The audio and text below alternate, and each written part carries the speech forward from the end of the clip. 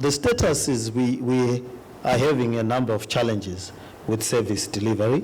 We are not where we ought to be in terms of service delivery, in that the amount of water that we are producing per day, which is hovering around 300 megaliters per day, is far short the daily demand of 1,200 megaliters that Harare needs, or the greater Harare area needs. We also have a crisis with the roads network and the drainage network. We've had some improvement after the SADC summit on the western side of the city, or northern side of the city, where the roads and the major roads were developed towards the new parliament, and traffic is moving a bit smoother. But that is not covering up for the gap that is there on the other side. Refuse collection, we are having a challenge. We have relaunched Chenesa Harare, but the issue of illegal dumps and consistent and regular collection is still bedeviling the city. Issue of revenue collection, billing, ERP, enterprise resource package, is still a huge challenge. And these are the things that we are looking to tidy up. People are getting some service, traffic lights. We have over 200 traffic lights, and at the current moment, 115 of them are working, and some of them are working intermittently. And so these issues produce what we call pain points to the residents. Development control, conflict of uses, a church here, music there, building here, cows here, chickens here, and so forth, is another pain point in terms of how do we follow the master plan. So we are looking at how can we accelerate service delivery to the residents and go back to the basics. Deliver water when it is due, have street lighting, have the traffic lights working, repair the roads. Once we have dealt with our nagging question with Zinara over the percentage of remittance to Harare. Most of the motorists in Zimbabwe are in Harare, yet the bulk of the money doesn't come back to Harare. So these are the things that we feel we need to get a handle on, and therefore we do understand when the residents are complaining about service delivery, and in some cases non-availability of it all. But I want to say, in terms of water, you know, we have had our cholera hotspots.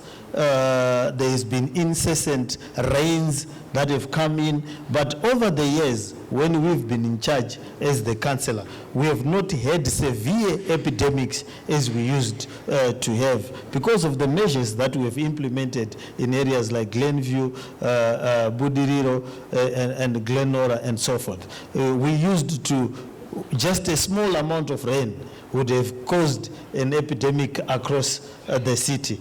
But we've been able to have a handle, and we have seen the laying of a groundwork, and we have also been able at this time to work more closely with government on a number of issues, which started at the SADC, and we are hopefully going to continue.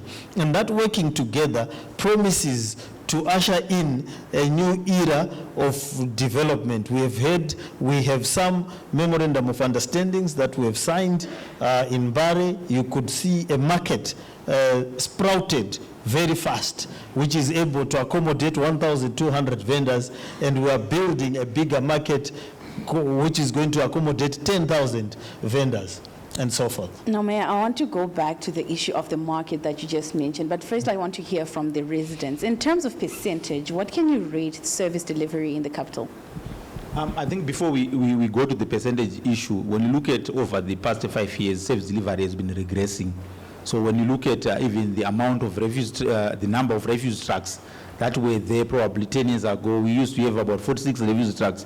Each ward having its own refuse trucks, and now as even the year progresses, even towards Vision 2025 world-class city, probably we have about less than 11 or 12 refuse trucks. And when you look at even water supply, even when you look back, probably at this time we could have having around 400 to 420 megaliters of water per day. Again, as the mayor said, it's around the 300. So in terms of self-delivery in Harare, waste collection, water supplies, among other issues, you could actually see that we are regressing. If you go to Mbare hostels right now, you cannot even eat sadza, because of it's either uncollected waste or unattended sewerage beds. So in terms of percentage, we are probably around 40-30%. That's a very dismal percentage point. Mayor, don't you agree? Yeah, well, I agree. It's a stingy percentage, but I think what we need to look at is the symptoms that we used to have previously and the challenges that we used to have previously. Like I said earlier, whenever there was a little rain, we will have cholera, diarrhea, or diseases. Those have gone down.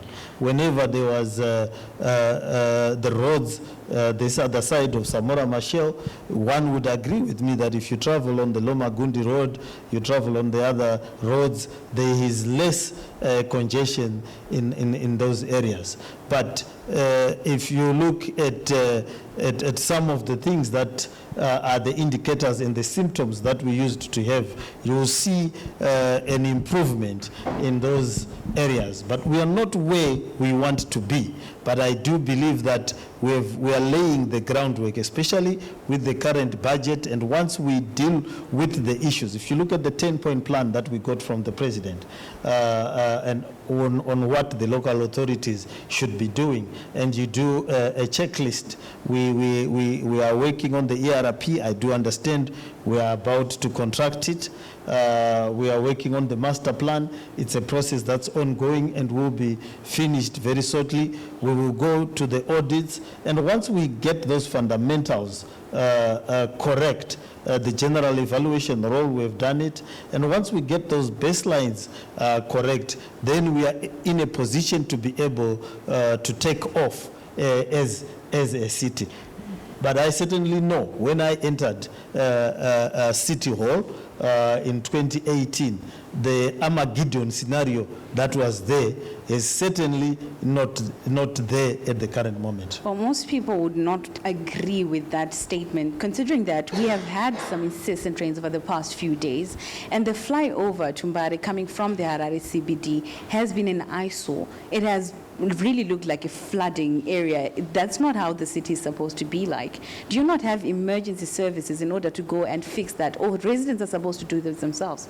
It is fixed. The problem is that people take a picture at a moment in time.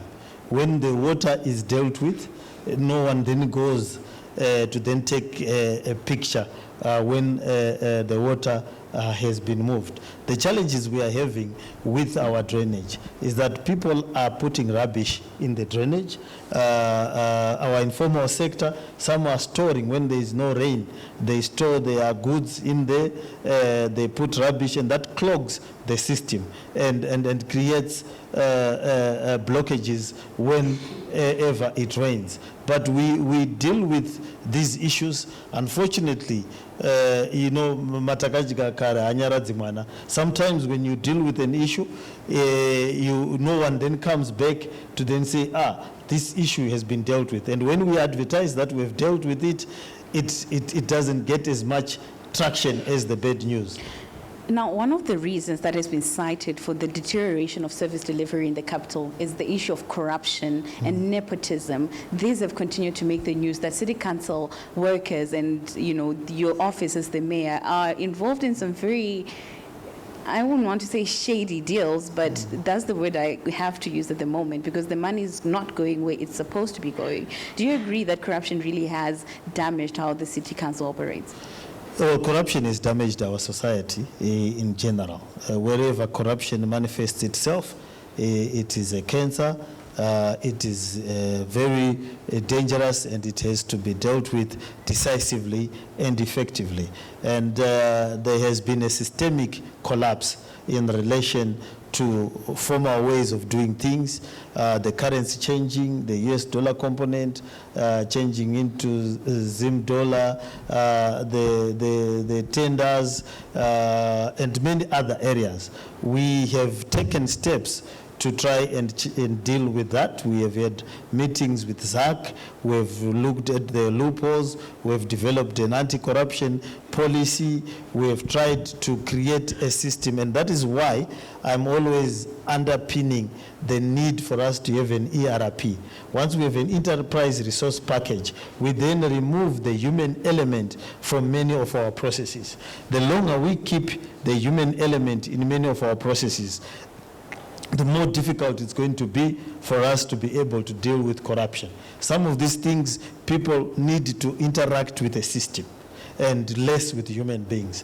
Wherever there's human being interaction, rent-seeking behavior ensues. Now, as residents, do you also agree that the issue of corruption has really damaged how the city council operates? Yeah, sure. I think all of us, as we are aware, there is levels of corruption.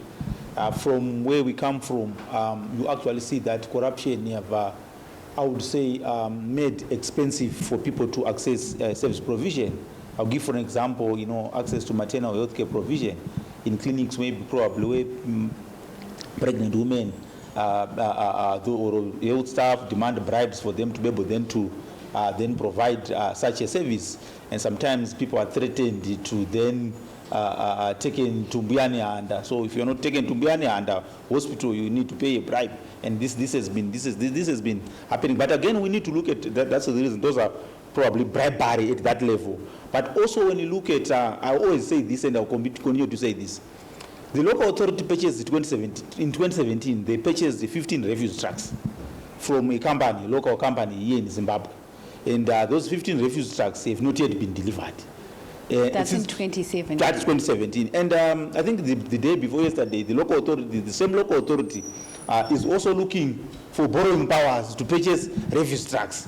When we had also previously bought refuse trucks and were not delivered. So when you look at that, it then creates perceptions that probably there will be some underhand dealings around such issues. So from us, from a resident's perspective, we would have envisaged a situation where measures taken to ensure that what belongs to the local authority belongs to the local authority. Let me go ahead and say, when you read the addendum for the Pomona project, it also speaks to the issues where the local authority would then transfer equipment and even workers to Geo Pomona. That's the addendum, which probably is an agreement again, which was not even discussed. So we need to look at the root causes of this corruption, which was not even discussed in the full council meeting, without a resolution. And this is very, very important because when you look at the committees of council, they play an oversight role. When things are discussed in a chamber like this, decisions are made at that level. But when decisions are not emanating from this or the chamber, we then create room for corruption. We then create room for bleeding of council resources. So in our view, when you look at the whole things, we actually see that corruption, it has been happening, like as the mayor alluded to. But again, the moment when we do not follow processes and procedures that also underpin local governance systems, then it has got a bearing. Like as I said, the purchase of refuse trucks, that was never delivered, and no action has been taken, and no feedback has been taken, so given to the people to say this is what happened. So those are some of the issues now. It then create perceptions because no, because kana pasina kutoa action, then there is something wrong. And when you look at even the issue of water privatization, which again it has not even come from the people. I don't know where people who are in here. Do they support water privatization? But such decisions continuously being made. So this has killed the local governance system. We have seen, the total collapse of the. So when the local governance system, which is premised on citizen participation and representative democracy, no longer functioning, then corruption then blooms and bear fruits. Now, Mayor, you did say you took up office in 2018, but then there's this the buying of these trucks in 2017. Do you have an understanding of where they went? Where did the money go? Where did the trucks go? And why are you buying more trucks if those ones were never delivered in the first place? What we need to do is to create a legacy issues department. There's a lot of legacy issues that affected the council. My understanding of some of those issues, they were done in the previous councils. And then we then had currency changes. And there was a difficulty in procuring the Forex element. And it's a bit more complex than what meets the eye, because our importing system, we as the council pay, or at that time would pay RTGS or whatever currency was there, and then it was premised on foreign currency then being availed to the person whom we would have paid. And once that amount is not availed timeously, then obviously prices change. And we are in what we call a Mexican standoff with the supplier. Council is saying, we paid you in full. It was your job to look for your foreign currency. The supplier is saying, look, you know what was happening and what has happened in the economy. The money is there. Do you want me to refund you the value? But Mayor, since 2017, how long does it take to sit down and have a discussion with the supplier and ask them, where did this go? No, that's why I'm saying it's a Mexican standoff. There is money there. The supplier can tell you, this is your money which you deposited in my account. You are saying, yes, we deposited it because we wanted to get these particular trucks. I mean, what I'm saying is not rocket science. All of us know what inflation does when you are buying, and it takes a bit of time. If you give somebody, look at, for example, when there was a devaluation just recently, if you had paid in full, and then the next morning you wake up and you find that the money you used to pay for is now costing half, you then have challenges. But I think we will get to the bottom of that, and that's why I said we are going to create a legacy department to deal with legacy issues that have come abroad. What we are going to do as a council is that we are going to be working around the PPPs. If you look at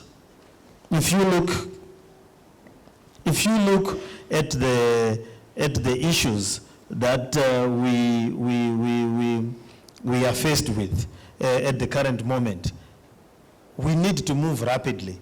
We entered into a PPP for a market in Bari, and that market has already been completed, and it took less than 4 months to complete that market. When we wanted to do a market by ourselves, we have a market at Coca-Cola Corner there. It has not been finished up to now.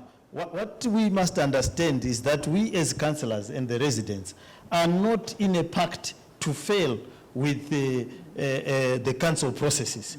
If there are best international practice and alternatives of doing things, I can assure you, if we had said we are building the Mbare market on our own, we would be discussing here now, before even the foundation would not have been built. So we want to move forward. There is no shame within a city working with its local business people to develop the city. Joina City was built by a private person. Many of the things that we enjoy here in Harare were built by private participation. So we are going to increasingly work with the private actors to accelerate development. What we are going to do, we are going to do it in a manner that protects residents' interest. But if we are stuck in a situation which is not working, and somebody says, okay, for 5 years, I'll be able to buy trucks, I'll be able to take refuse, and I need a contract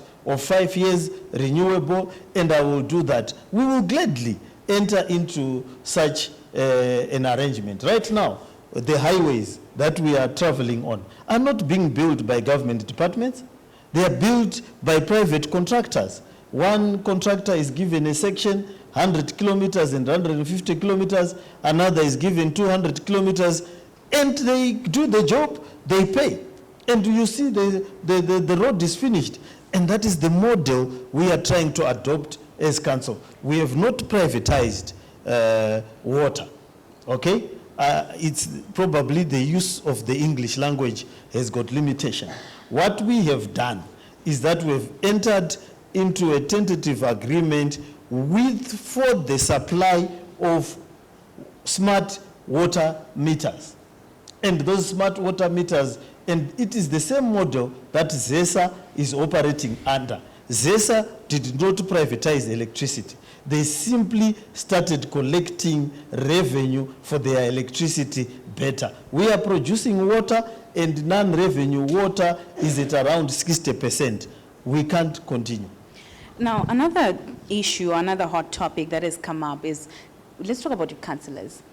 Some have said that the ineffectiveness of your councillors is because they lack the basic understanding to understand finance issues, accounting issues, or issues that really need them to delve deeper and solve people's problems. How do you say this councillor qualifies? Are educational qualifications mandatory for one to be appointed a councillor? They are not mandatory. The councillor's job is not to come and be a doctor, okay? The councillor's job is not to come and be an engineer. What the councillor is required to do is to come and represent the people like they do in parliament, to say, in my ward, refuse is not being collected. In my ward, water is not coming. In my ward, the road has got potholes. In my ward, the grass has grown. Now, does that require sophisticated education? Well, we then employ technical staff who then come and say, okay, there should be a nurse in your clinic. There is an engineering department which does the roads. There is a water department which will produce the water. We as one gets elected, it's not like you are going into a job qualification. You are going there to represent the residents in terms of what they want. So you come in and you say, look, what nechirungu chese chamataura staff kuwadi kwangu hakuna chi hakuna mvura. If you are able to say that, then you are able to be a councillor or an MP.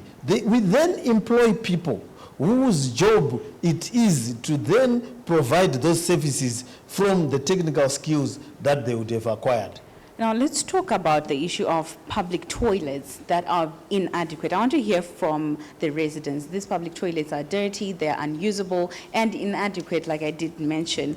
And most of them really need one to pay for them, which we understand because they need upkeep. Are they enough from the residents' point of view? Do we have enough public toilets for people to use? Because that's one of the problems that causes issues like cholera or these other epidemics that we do have. Thank you so much. When you look at the issue of public toilets, even probably when you look in the CBD, for an example, probably in the town area, one worrying thing is that I always say this, that you see women queuing, to access toilets. And probably number one, let me first talk about the design of our toilets.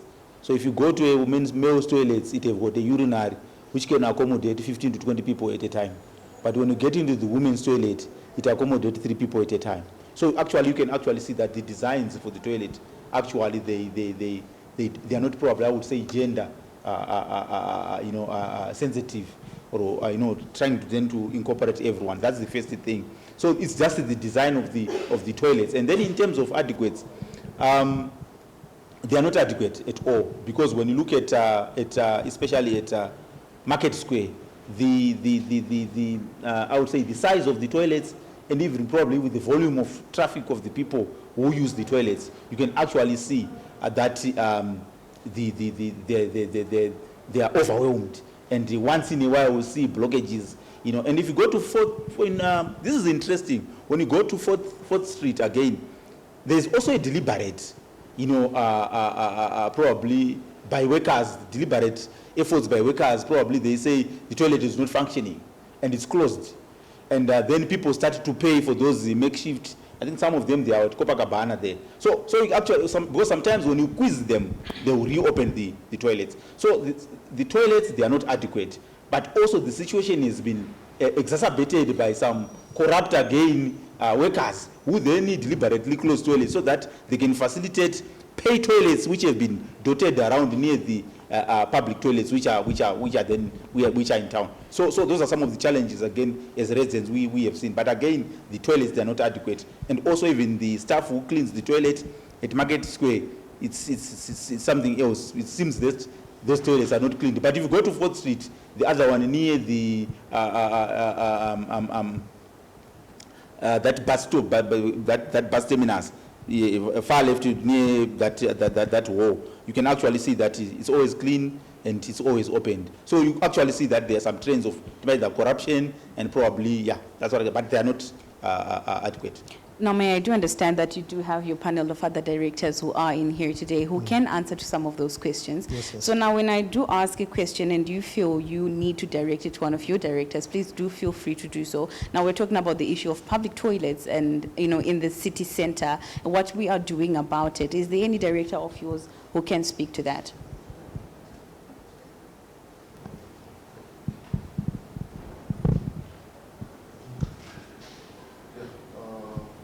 Good afternoon, Your Worship, guests and the presenters. Stand up. Yeah, my comment on the issue of public toilets on behalf of the Director of Works is that we do have a division that is responsible for maintaining our public toilets in terms of ensuring that they are cleaned and they are kept in a amenable state.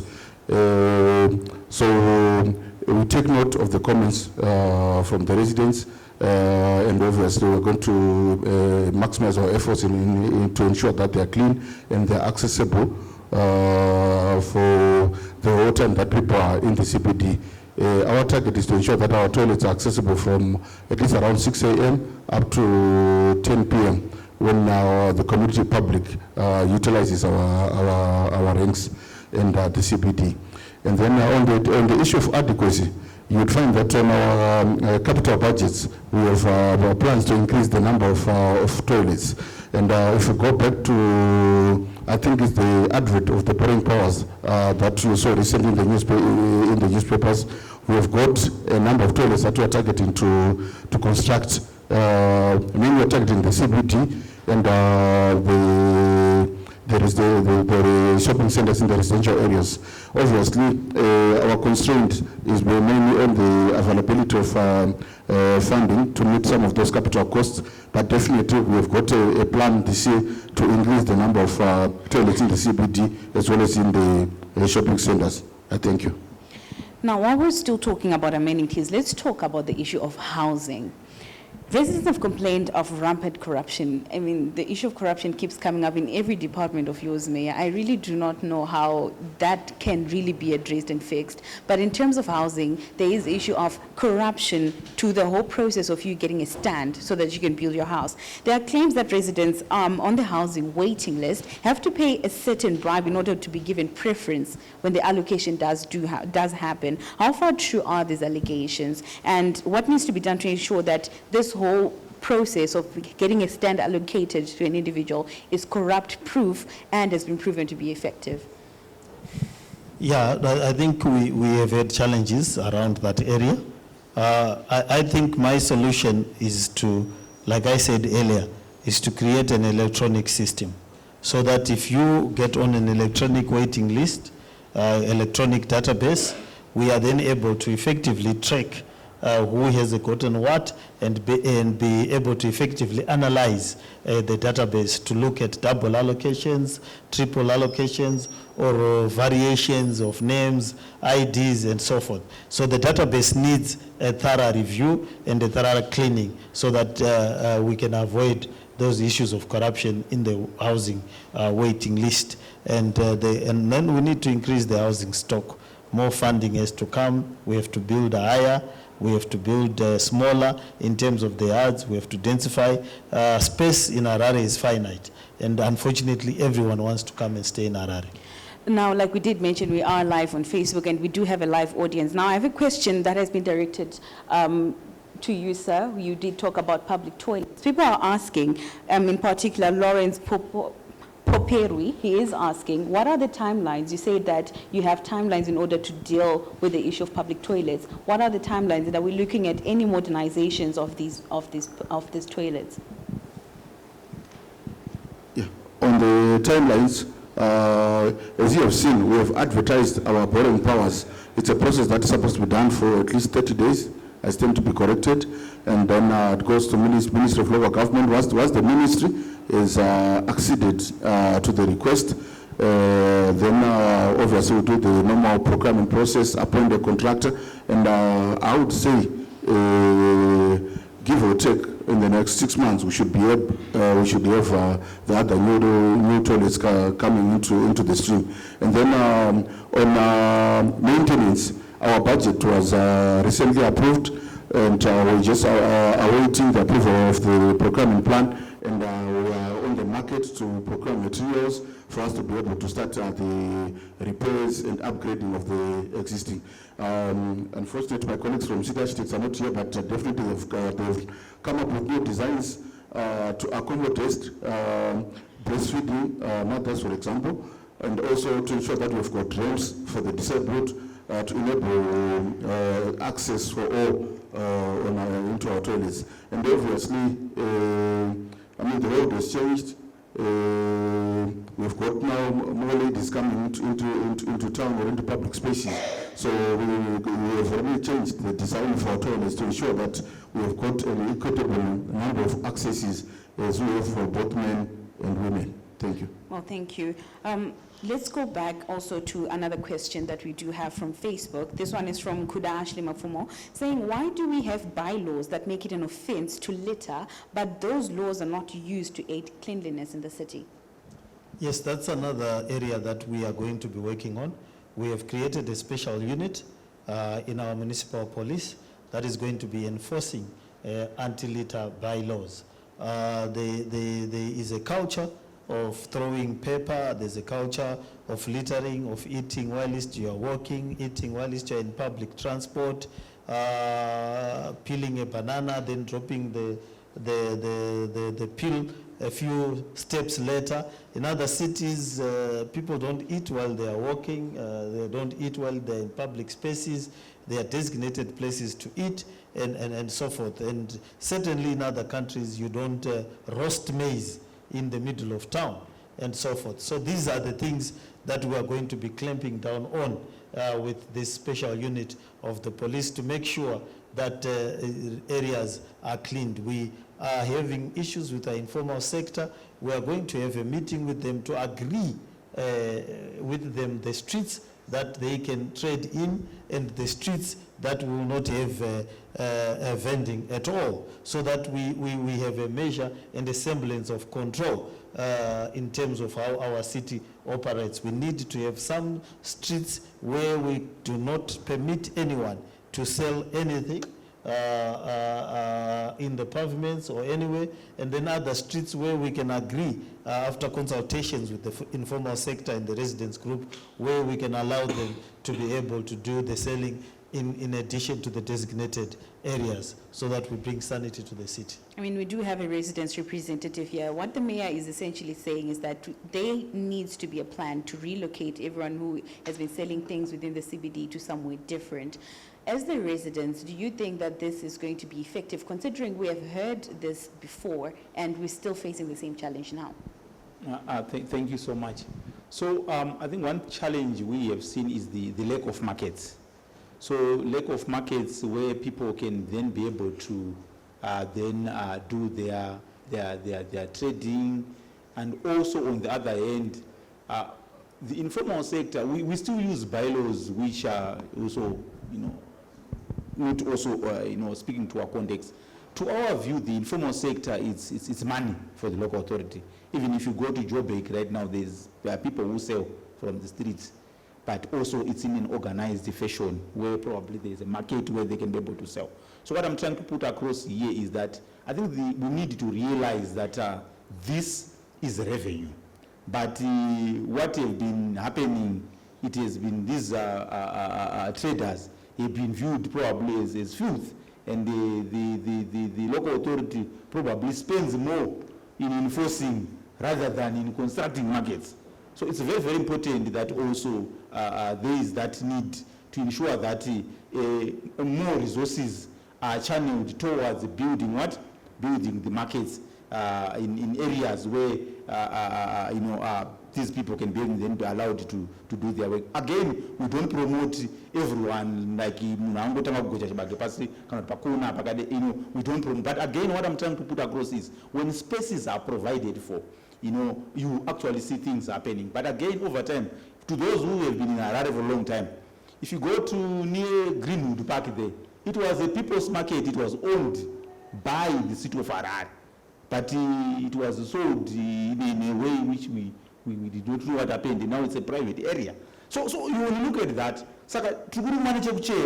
because some of the things which we would have avoided in the past, those are because we have failed to plan and we have failed to realize that some of the plans which were in place long before, the plans, if we would have implemented such plans, we could not have problems what we are having at the moment. But what I said, we are going to, not all of them will be out of the CBD. I said we are going to start by designating certain streets that they can be informal traders, and then certain streets that we will not accept informal trading. Mayor, do you have a director who is in charge of that particular development within the CBD so that they can perhaps tell us where they are in their department in regards to that? Yes, we do have a director, but I'm not seeing them here. Oh, he is right there. Oh, he's here. Yes, you can come in, sir. Yeah, thank you very much. We do have designated sites for vending within the CBD and in areas that are outside the CBD. You may want to know that when we did the registration of vendors sometime last year, we came up with over 200,000 vendors within the city of Harare. And it is a mammoth task to plan for that number of vendors within the city. As you are aware, because of the nature of our economy, nearly everyone who was employed in the industries is now into vending. Hence, this large number of vendors that we have within the CBD.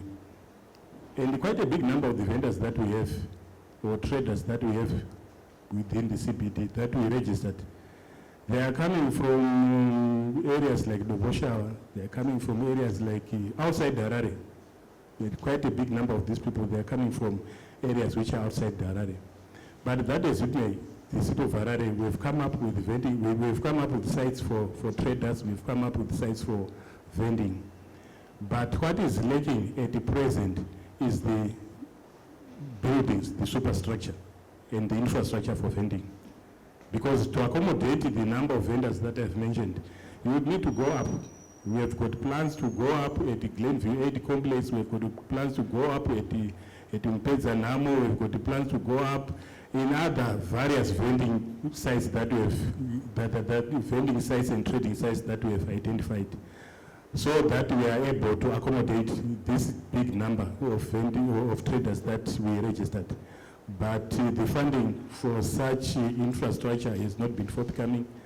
It's, we have gone for partnerships with the private sector, for partnerships with the Ministry of SMEs, but we have not been able to attract enough funding so that we build structures to accommodate all the vendors. We also have plans where we can accommodate vending within the CBD in certain streets at certain, during certain days of the week. We do have such plans so that we are able to accommodate trading and vending within the CBD. Thank you very much. Well, thank you. Like I did mention, apart from our Facebook audience, we do have a live audience here at Town Hall. Like to all ladies and gentlemen in the audience, if you do have a question you would like to address to either the mayor, the residents association, or even the directors that are with us in the room, please feel free to raise your hand and we will come to you so that you can ask your question and it can be answered by anyone who can do that. In the meantime, oh yes, we do have a question right over there. So you can ask.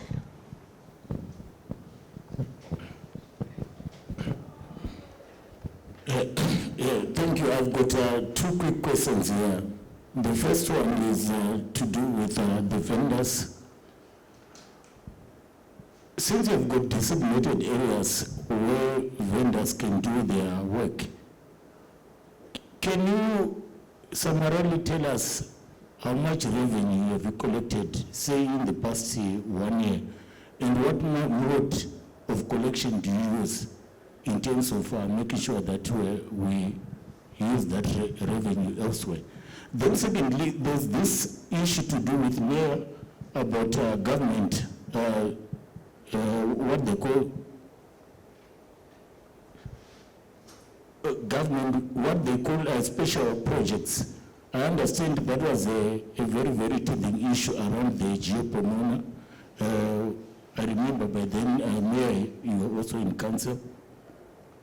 Are you consulted, is the council consulted for government to decide what we call a government special project? And what is the input from council? And to what extent does it affect council when it comes to decision making around the funding of such a particular project? Now, those two questions that have been posed, Mayor, do you want to answer to those, or you're going to direct them to one of your directors as well? The first one on the money, I think I'll direct to somebody in the know. The second one is it's about special project. I think let's be clear.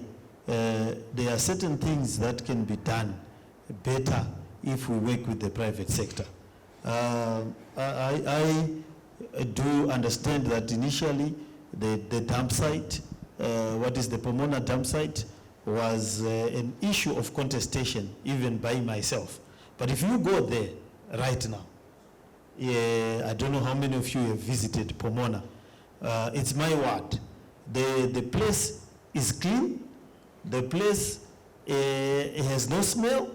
The place has been done effectively. And if you remember, we as the residents or as the city council at that time said we will not pay. And the payment was done from the central fiscus. Now, and they've sorted the place out. And the residents, we did not get to pay. We've got another special vehicle that we did for the market. In about 4 months, we had finished a market. Now, that is a model that seems to be working. It might have issues in itself, but those are issues that we can deal with. If it's an issue of pricing, we sit down and we deal with that issue of pricing. If it is the issue of certain efficiencies, we sit down with those certain inefficiencies. But going forward, the way I see the world moving, with roads, toll roads, and so forth, central government and ourselves, we are going to increasingly partner with the private sector to deal with these issues. Someone asked about the timeline of toilets, and I myself was thinking that if we were to do a build, operate, transfer mechanism for those toilets, we wouldn't be talking about a 3 months timeline or 6 months timeline. The moment we say to somebody, okay, design the toilet, build a modern design, we are giving you 3 months, you're going to operate it for 2 years or 3 years, a good toilet will be built within a very short period of time. So we've got to make the residents understand and remodel how we do things for the convenience of our residents. You can't not wait for the antiquated processes of council where we have to go through the PRAS and so forth, and at the end of the day, even when we go through that PRAS system, we end up buying $9,000 computers. So it does not, to me, make sense to keep going on that model. The model that allows for private sector playing, if the residents want us to manage that process, we can discuss so that we look at how to take care of the interests of the residents. But the way I see it, we are going to increasingly call on the private sector to assist us to deal with our pain points. Another question that did come up is you are collecting, or there is money that is being collected from vendors within the spaces that have been designated to them. What is that money being used for? Director, if you could answer that.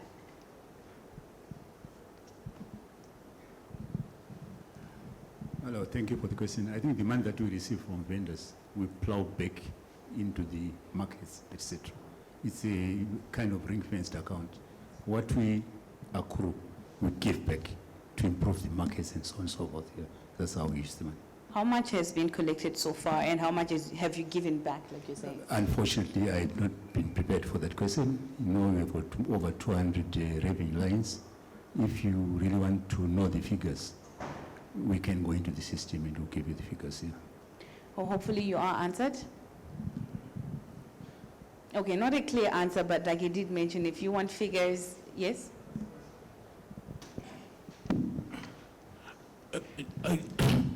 Unfortunately, my friend here, just seated next to me, says he hasn't seen any improvements in terms of the markets you are talking about. But my question directed to the mayor of the city: to what extent, Mayor, is the city of Harare in control of the affairs of the city of Harare?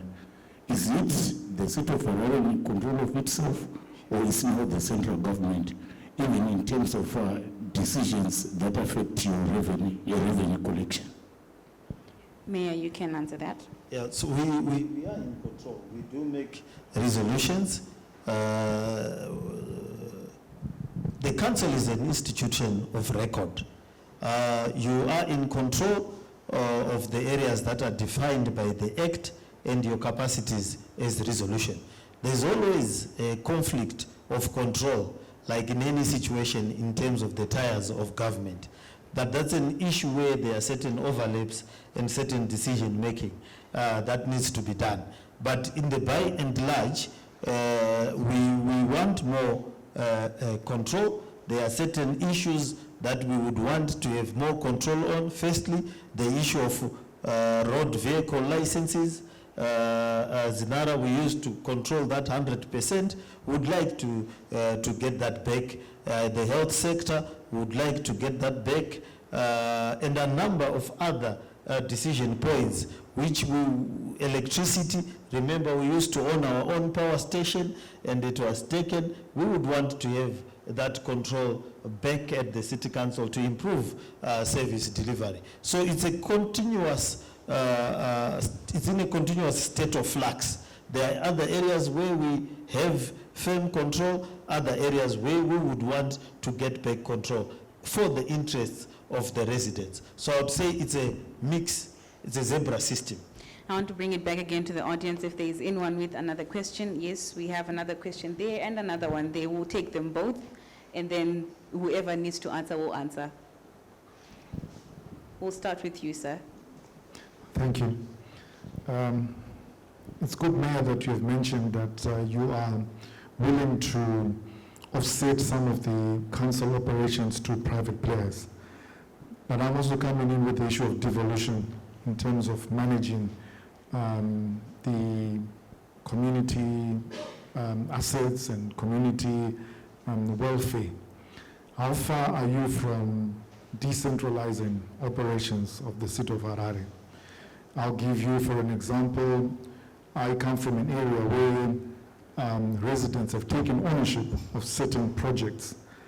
And as I speak now, we have constructed a bus stop and bus stop shelters for the council. We are doing a waste separation center for the council. We have renovated the local clinic for the council. And I'm sure you can identify such guinea pig stations within Harare where residents can take ownership of whatever is in their hands. And I believe you also have a resolution for districts, certain districts to retain a certain percentage of the money that is collected in terms of rates. And that resolution was only implemented maybe a few months and was stopped. But I think it's a very effective way of managing community affairs where the people take ownership of what concerns them within the societies. So my question is, are you in a position to let go of some of the issues, and I believe they are better governed by communities? Because what I'm talking about is $20,000 that was put into the hands of my residents association committee by the residents, but it was able to do much more than what people who are receiving billions are failing to do. So is that not a possible avenue for you to address some of the issues that are bedeviling your council? Now, Mayor, before you do answer, we did have another question right here. Okay, thank you. With your indulgence, I'm Rombita Kawira of the Conservation Conversation, and I come from a conservation background, Your Worship. And when we're looking at our ecosystem, the waste management issue is a big issue to our ecosystem. We've got the wetlands, which is a big issue to our ecosystem. And Zimbabwe this year is going to be hosting the biggest wetlands convention, COP15, in July. And as Zimbabwe, we do have these wetlands that are designated wetlands and that are of international importance.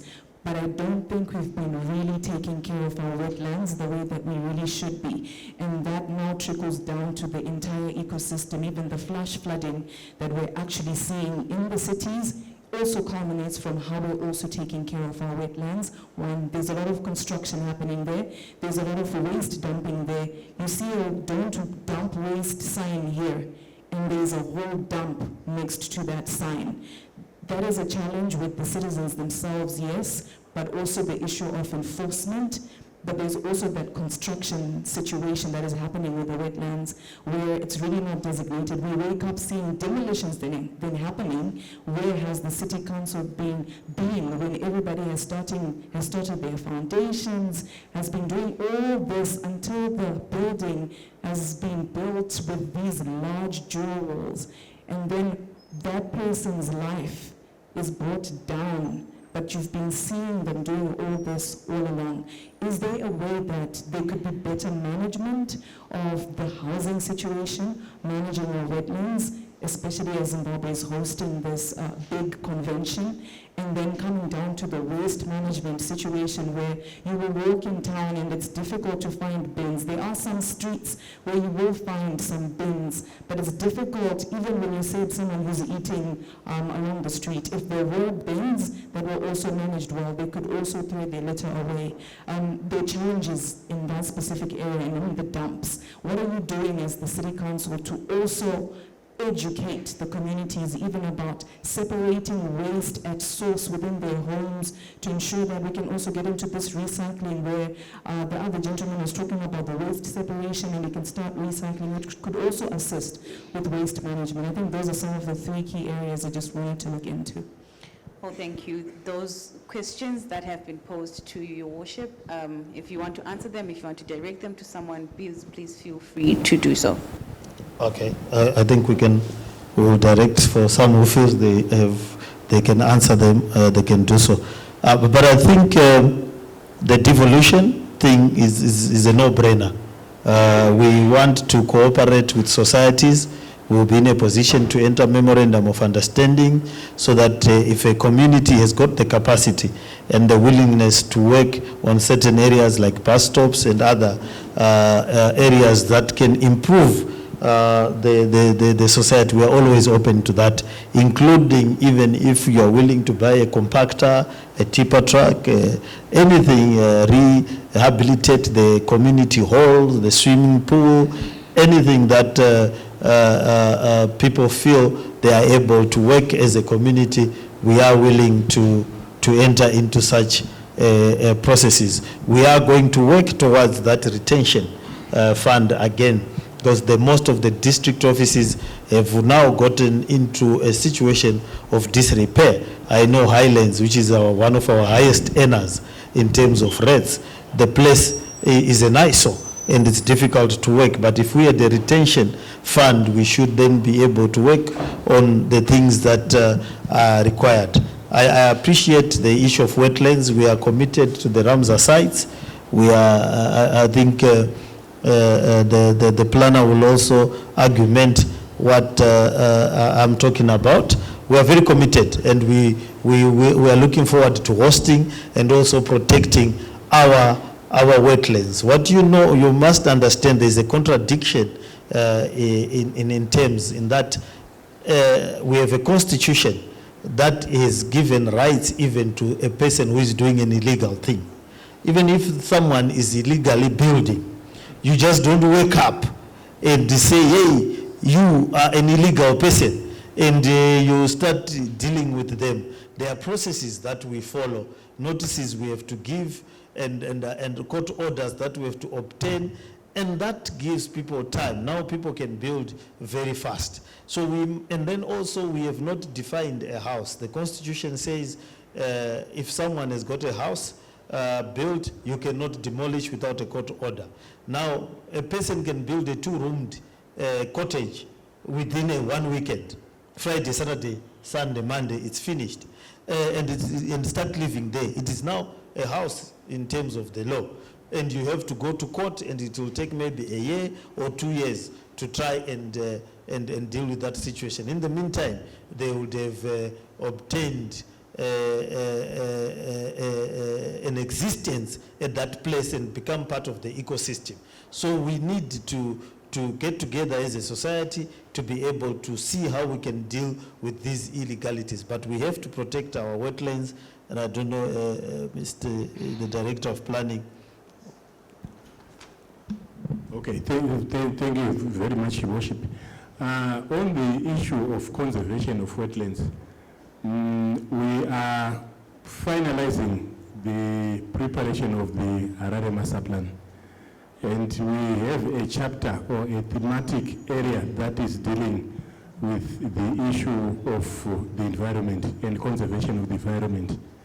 We have carried out thorough studies which have identified all areas that need to be conserved. And we have proceeded to come up with the proposals on how we are going to handle conservation of such areas, and maybe how we are going to handle the sustainable development or use of such areas. And I'm happy to announce that the conservation societies in Harare, Wetland Trust, Monavel Conservation Society, Dorothy and team, they've been very, very active in the preparation of the master plan. They've been very, very active. They've been attending all our stakeholders meetings, and they've been coming up with the proposals that deal with the conservation of all wetlands within the city. And the proposals that are going to be contained in the master plan, they're actually coming from you. They're coming from the city, they're coming from stakeholders, or they're coming from all those who are into conservation of the environment. Thank you very much. We won't be found wanting when the conference happens. Did you say next year? We won't be found wanting. Thank you very much. Well, the conference is actually this year. It's this year? In July. In Yes. July? Yes, okay, sir. thank you. On that matter of wetlands, could you clarify whether there's something that is now called state land and something that is now called council land? And we find most of the violations of the wetlands is on what is called state land. And just recently in Queenington, Greyston Park, we had an invasion of a wetland. And it was through this clandestine operation of something called state land, which in the end did not mean what was being said. It was an individual trying to do their personal work. Is there a way we can erase that confusion between state land and council land so that we can preserve these wetlands? Because most of the wetlands, especially in northern Harare, have been defaced, they've been mutilated through that system where there is a difference between state land and council land. Okay, thank you very much. We have the wetlands which are on private land or which are privately owned. We also have wetlands which are on state land. and wetlands which are council owned. The opinion has been that where we have state wetlands which is privately owned, it would be ideal to compulsorily acquire or to buy such wetlands so that it becomes council land or state land, so that it becomes much easier to manage. But what I can say is that all bylaws pertaining to the conservation of wetlands are the same, whether on private land, on state land, or on council land. The enforcement is the same, or should be the same. Okay, hopefully the gentleman and the lady in green have all been answered. Another question? Okay. If you could just give her so that she clarifies once again. Just the issue of bins, like we do expect the citizens to play their part, but we'd also expect you to play a part in ensuring that there is infrastructure available for citizens to be able to throw away their litter. Yeah, okay, well, what we will do is there are bylaws that require businesses operating in the CBD to have bins that are accessible to the public, and we are going to be enforcing that bylaw so that there are different colored bins at every business premise so that people don't have to be throwing litter all over. But we want to discourage people from eating. Well, unless you have a medical condition, there is no reason why you should walk peeling your groundnuts and eating your mazondo or assortment of maize cobs while you are walking in the city center. I mean, it's just, Zimbabweans sometimes are funny. When they go to other countries, they are very exemplary citizens. The moment they cross back into Zimbabwe, they let loose. They no longer follow common rules of courtesy. We just need to have a way of behaving in the CBD, a cultural mindset that states that the CBD is not where you just come to do, any kind of business. We just need to have that attitudinal change, and also we as a city council provide the facilities that require. But this business of roasting, cooking mazondos in the middle of the street, roasting maize cobs, and so forth has and must stop. Now, another question there, but before we get to that, just a quick one. There was a question that was asked in regards to how much revenue is being collected from the 200,000 vendors that are apparently in the CBD. I am made to understand that the finance director does have the figures for us now. Thank you. I do have the figures now. For 2024, during the ZWL era, we accrued. In fact, I must make a difference here between accrual, because we bill in advance, and the actual collections. What we accrued or what we billed, markets, we had 2.7 billion, US 900,000, and ZWG ZIG 5.7. But I must emphasize, this was just an accrual. That's 5.7 million, billion, or thousand? ZIG million, 922,000, and ZWL 2.7 billion. And I must ask them to say, on these billed amounts, our collection efficiency or rate hovers around 25%. So what was the actual figure that then We was can calculate collected? from these figures now, yeah. Okay, I was hoping you would do that for us since you are the finance director, but it is still okay.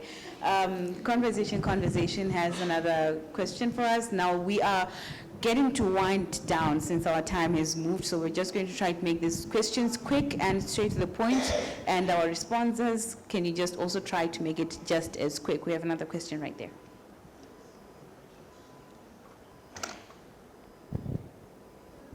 Good afternoon. Mine is more of a comment more than a question.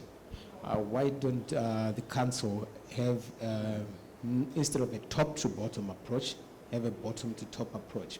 Because we need to educate our society. We have a lot of schools, and schools are a better way of having to disseminate information to society at a much larger and efficient scale. Because if we start with the young ones, we will have a better future in terms of cleanliness and knowing how to address issues on protection of environment and littering and all that. So I think it's also best if you can have a program that looks at having to work with schools on educating the communities and how best they can address issues, some of these issues that we are facing today, because these would have, they arose from a long time ago, and they keep on, because it now becomes a habit and it becomes a culture. So we can stem it up, we can nip it in the bud at an earlier age by educating our young ones, and it keeps on going. And we have a program that can be ongoing with partners with universities and colleges and schools. That's all. Well, thank you for your contribution. I'm sure the mayor has duly noted that one. If there is anyone in the audience who has another question before we get to winding down and rounding up our discussion today. I'll take that silence as a quick confirmation that we are satisfied with whatever we would like to ask the mayor. Now, I want to just direct this one quickly to the residents. The burden, as he just said, lies maybe upon you as the associations that represent residents. Are you teaching residents enough to make sure that they know that they should be recycling, they should be throwing the litter in the bins? Are you doing any outreaches, or are you doing any programs to educate our school children in whatever schools that they are in? Because the burden cannot entirely lie with the council to help us clean the city. It also lies within us, the residents, to also do our part. But thank you so much. So we do that. We do that as CAR. We, at some point in time, we also work with the local authority in terms of issues pertaining to the environment. We have been going around with the local authority together doing a climate and awareness, in different wards of Harare. I think from Borodale, they can also attest that there has been that bottom-up approach which we were talking about. I think the local authority is developing a climate and environment policy using the bottom and up approaches where community were consulted. But also on the other end, we've done awareness campaigns, again with the environmental division for the local authority, I think for the last quarter of the year, where even more than 3,000 to 5,000 people would also attended road shows among other. But also again, from CRA again, during this week we also will be going to schools, doing the issues around wetlands in Mafume. So we strongly believe that our citizen needs information, and information is power. So what I can say is that we cannot be able to reach all constituencies probably because of limited funding, but to some extent we have been on the ground to ensure that such happens. And if those who want also to work with us to ensure that this happens, we are also are free to do that, as we have done with the local authority, and we will continue to do that. I was going to put you on the spot and ask when was the last time you had such an initiative, but like you just mentioned, you have one this week. I just want to understand how frequent are these campaigns and these awareness programs that you do hold, because it's not a one-time event where you just come in and say, stop doing this, but it needs to be reinforced. People need to be told constantly. How constant do you do it? Okay, so what we have done is that we have physical platforms where people can be able to meet in communities. And we use even some other platforms. Sometimes also we invite councillors and our local leadership and people at community level. And again, we continue to pass the information around which was talking about waste management. I think in Highfields, they are thinking of an initiative of using the black soldier fly to deal with waste. So these are some of the initiatives which probably, again, we should need support from the local authority now, where people can be able to start to manage waste at that level. So we are, in fact, we are in communities every day because we've got structures across Harare. So we're in communities every day. But again, in terms of frequency and doing this work, we do it nearly every day. But also even on social media, we've tried also to sustain the engagement as we try to use social media platforms to ensure that we educate our residents, especially around the environmental and climate issues. I would like the mayor to just respond to what he just said in terms of engaging local authority in these initiatives. Has the offices of the residents come out to you and said, we want your help, we want your indulgence in order to teach people what they should know? Yes, they've come. We work with them closely in almost all of our programs, and we would want to even deepen the cooperation, just like with the environment people, the residents association, and everybody, private sector, churches, everybody. This is a community effort, even government itself. We do that in the weekly cleanup and so forth, and the other tailor-made programs. We are an open city council. Anyone's effort, everyone's effort is something that we will welcome, collaborate, and facilitate as long as it benefits the residents.